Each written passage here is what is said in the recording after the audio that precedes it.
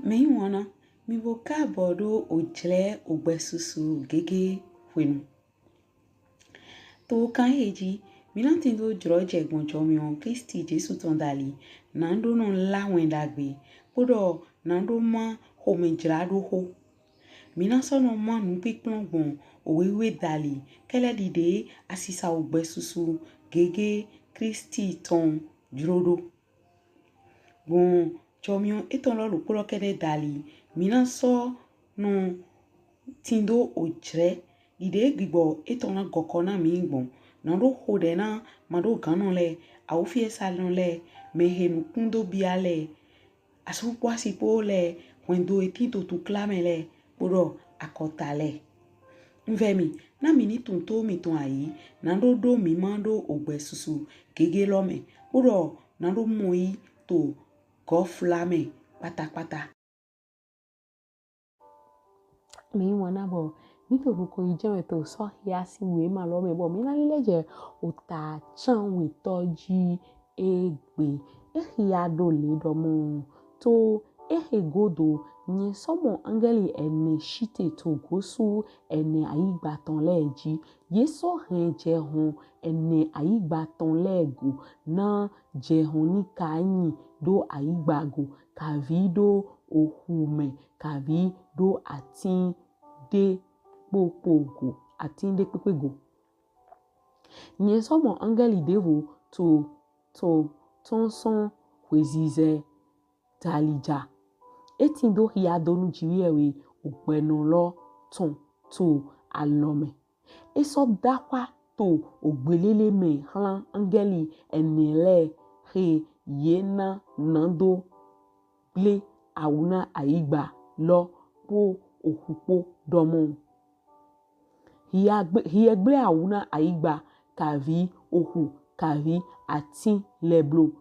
kaka mi nando yi hiya donu do hiya ego na meme glo chiwewe mi tonton le ton nukon yeton nyen so se so ha ye yi hiya donu do hiya ego na leton ye yi do hiya ogo ye do hiya ogo na le yin foton kanton konukun ene son wendo ovi Israeliton le pome son wendo Judaton me yeyi hiya donu do hiya fofo shido po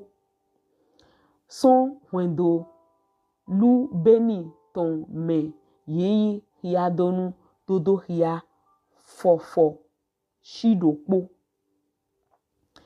son wendo gadi ton me yeyi hiya donu do hiya fofo shido po na han son wendo aseli ton me yeyi hiya donu do hiya fofo shido po son wendo Neftali ton me yeyi hiya donu do hiya fofo shido po son wendo Manase ton me yeyi hiya donu do hiya fofo shido po son wendo Simeoni ton me yeyi hiya donu do hiya fofo shido po son wendo Levi ton me yeyi hiya donu do hiya fofo shido po son wendo Isakali ton me yeyi hiya donu do hiya fofo shido po son wendo Zabuluni ton me yeyi hiya donu do hiya fofo shido po son wendo Joseph ton me yeyi hiya donu do hiya fofo shido po son wendo Benjamini ton me yeyi hiya donu do hiya fofo shido po to onu hele godo nyenkpon to ayego beto susu gege he mede pepe masogan hiya son akotale pome son o hwenu le kpome son gbeto le kpome kpodo son ogbe le kpome shite to fine lo nukon kpodo ton le ngbovu lo nukon ye do avo wewe na ye ode ma so tito alo ye tome ye so to akwa do ogbelele domo won gan khlan jiwe we miton christian yin to ofin loji podo khlan le gbovu lo angeli lo po so tite le do ofin lo pe le do meho le lo po podo le do medida ene le lo pe po boje ko to ofin lo nukon bo shion nukume do bo litai jiwe ewe domo bo litai na jiwe ewe domo ni she tona po gigopo nunue po opepo yeyi huhlo po ni ti khlan jiwe ewe miton kaka doi ni she poro to meho lole me soglon do khlan mi do menue ye do avo wewe na hele fiewe ye soton sonwa nyen so do khlen do medaho hiewe nyue eso do khlan mi do ehelewe ye ke ton son nukun bibia da home bo so nya avo yeton bo so he yezun wewe to ohun le ngbovu lo tome ene wutu we ye do ti to fin shiwe we ton lo nukon bo so to sision to bo so to sisen to kle po zan po to tempili etome podo ewo he sian to ofinji na so dlen ogoho eton do yeji huve mana so huye gba mon ove mana huye gba mon owe mana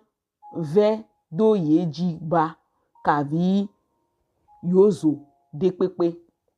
na lengbovu lo he ti to ofin shinshin na yin lengbohoto yeton bona so no plan ye je fie asisa osin ogbeton lote shiwewe na so susun dasin lepo son nukun yeton leme nishe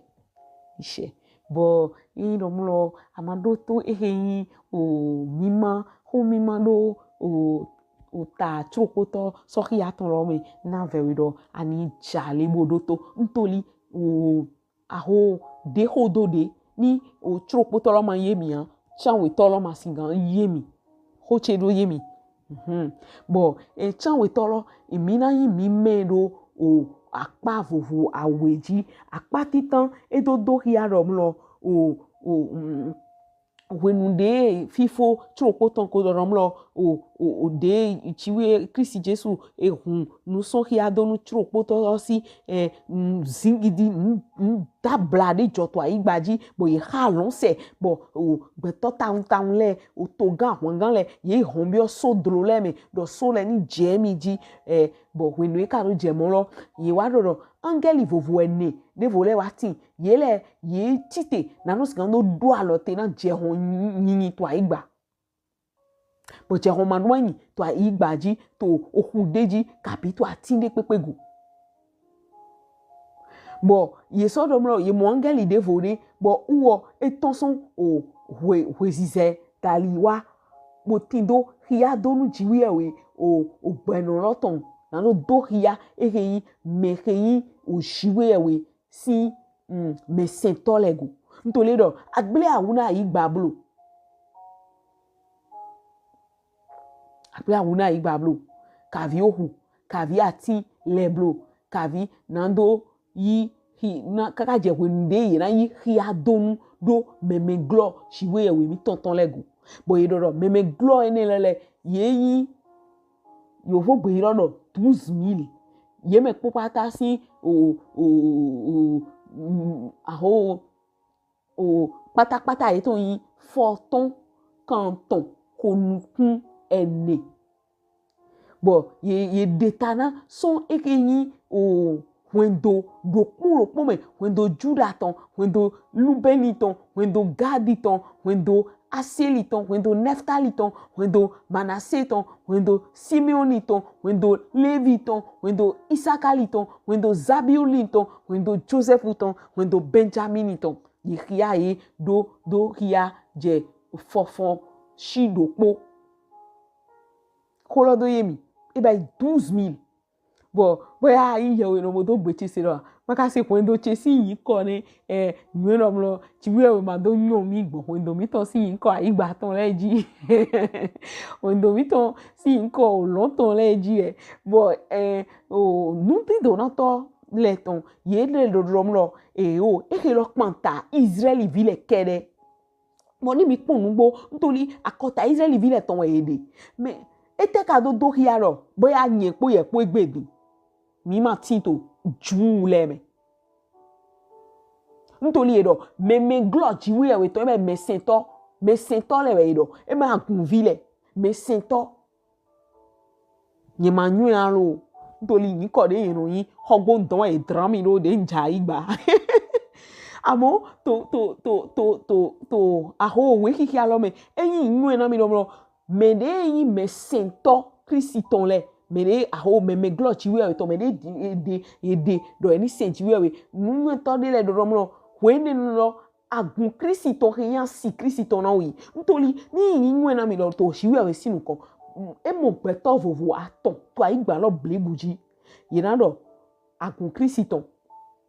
to agun Christon lo me ye we mo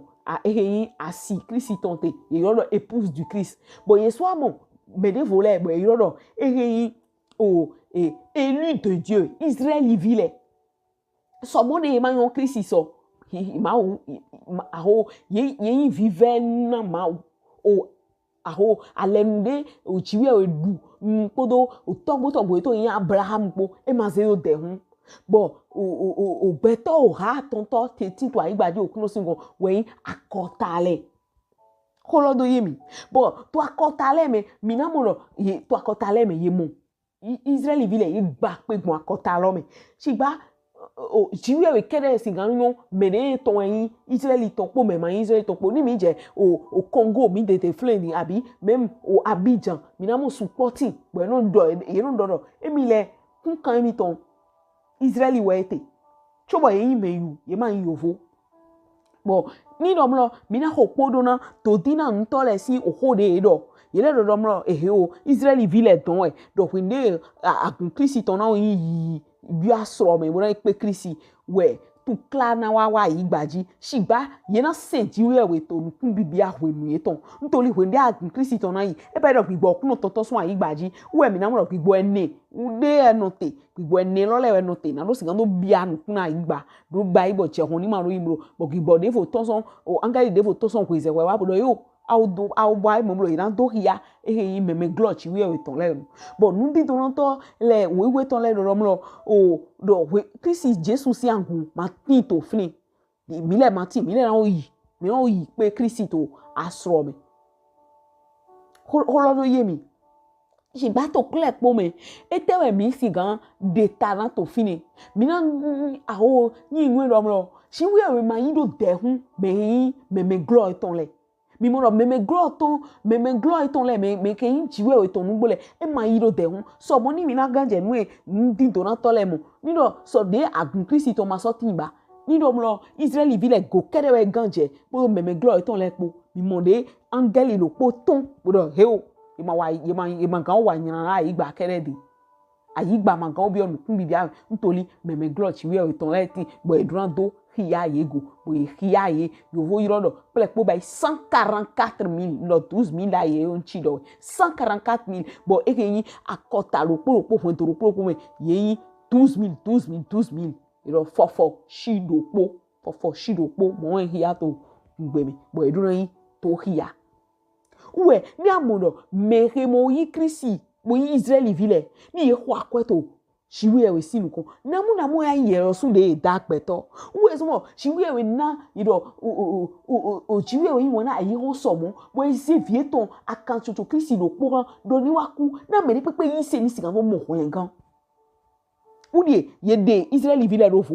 e pa ido mo ni ama mo ho len gan to krisi Jesu me bo ati to aigbaji be ati na lo du ereyi ho me gbelechi we weton nho de do e ma yin mi man to eto Jesu sin come po to ni ya me na vewe do ani tekpo mo di hun kan to Kristi Jesu mo ti hun kan to Kristi Jesu mo ti hun kan to Kristi Jesu mo anon san ma ti do hun kan to blo anon san ma ti do hun kan to blo nde pepe masingan gunwan leona we na singan mo hun kan eto ti tengbe egbeji acha jono gbigbo jono ton eyan Asia le egoto le me to Africa gbonu loro gbode do sin to Asia ni we mi osun sin iron ko de do le iron no yi nele de ma kun le me kun kan to we yin Kristi Jesu nkan to we yin Kristi Jesu une so de ena de akun ton asie ton so aigba so me heyin me po me hejiwe we nu ale hale heyin Israeli bi le gbon to ton Abraham le e ma jo edo ntoli nu di do na to le do ye na sin okun no tigba to nkun bibia me to jire nkun bibia to me jire na so yin kleun e ma yin jire supo bo ye do to o nu enele godo doa yego beto susu gege he me de pepe masogan hia po akotale po me son hwenule po me son beto le po me podo son ogbele po me ye shite to fin shiwe we ton sinu go we mi na mo no nti do na to le nugbo we mo ma mi hwenenu wende ye na do hia ego bo ye na yo suna ipe Kristo o lome mayon de na yigbon boya ina ku support o yemewe o abi na we manwe idoro mro ke mi me po mi na wati to fi lo sinu kan na no gona me ho ko nu enele gbigbo enele po won ke lile po bo mi na litai to kunu sinu kan pon de we hanamo to awon to me podo ekeyi o amande iro yin ko aman loton yero amande to alome ye so do avo wewe na ye o dema mi ton le po to alome na ro pa chigwe ye hallelujah nko de ro amana han to me ne le me to Jesu si yin ko me nde pepe mra yi hule gan so asiwe nde pepe ma glon lo na we bo anano biokigo Kristi to me to wenenu ntoli mimi yi ho no ton hia apostle o Paul edo wo mo mi mo lo edo do mo o vana donu bo me koku to Kristi mele ile na fun jenu kon bo mi wo epo to aigbaji le bo mo okule mi na hodo e na we na igbon ko de ro kunu ni do hia mi amlo me na so do hia we uwe to aho apa we to lo edo do hia ro mo jiwe we ma yi do de hun me hun le gan le mi na wa yi nu kon eton mi na no nu kon eton na ko chan we bo ena data na son lo pro ton de yi wa do to ko ho to me bo de yi wa to fi ma go ho ke yan son da gbe cha bo na do na le me lo pro we do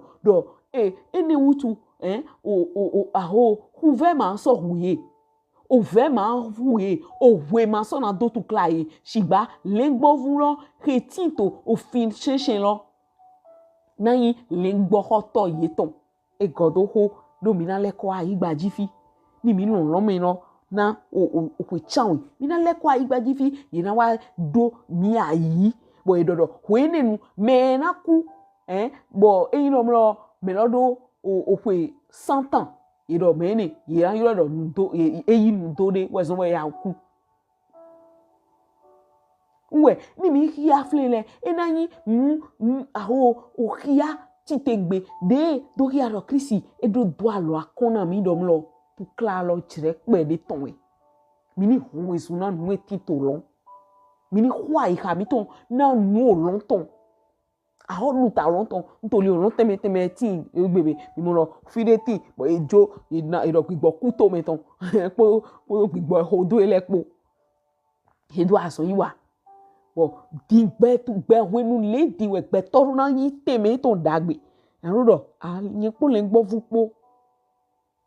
uwe jo anu te ro po lo mi igbo ma se gbesan china le gbo fu lo to gbe wenu chi igbo ma se gbesan china le gbo fu lo to gbe wenu chi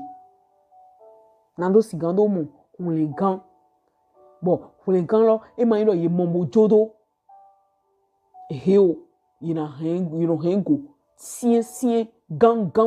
kaka bo wende boya okunu amome eze hime ton ro Christian foli gbenu boya igbanu to gbe yina to gbe na ro to tenu pon le gan to si wiwa to asro me nkode do chero na momi to podo asun da gbe po to Jesu si nko me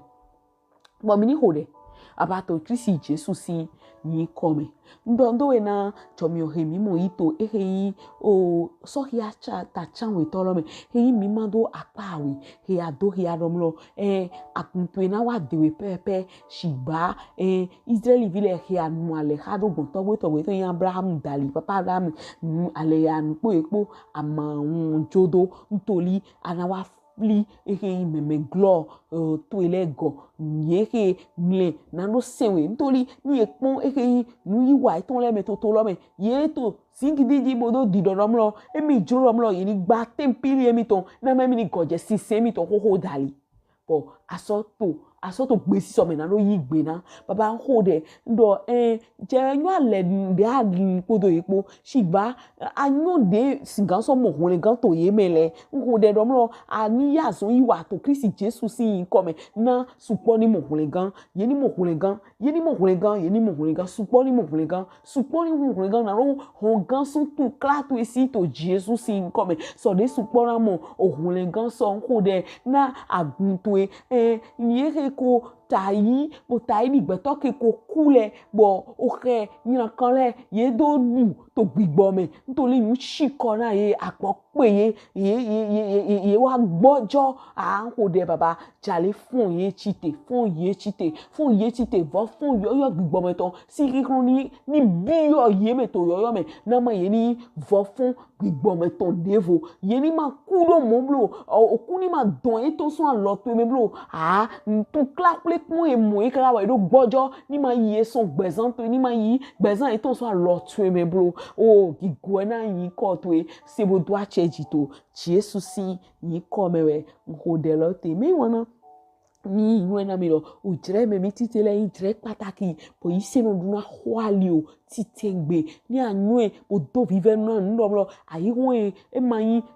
aho fleuve tranquille e mayin tosisa jejede to classe bo mi duna yi pe hun le gan to gberopo hwali o to e o vana donu ni ayin gbeto bo no do to nu do joto tome o Israeli tome po ayi gbaji po amodo jire bi to ji sise po jire de nde na jo sande nde na jo nko de romlo jire ro ni wa mo mepo to chijo ome to Jesu Kristi si yin come ma so inu kan hun gan mo mi ndo do chi bo so ndo do me hun gan to Kristi Jesu ton e so iwe de nu to o jire mi to o gbe po o gbe susu kege po hun e dabo.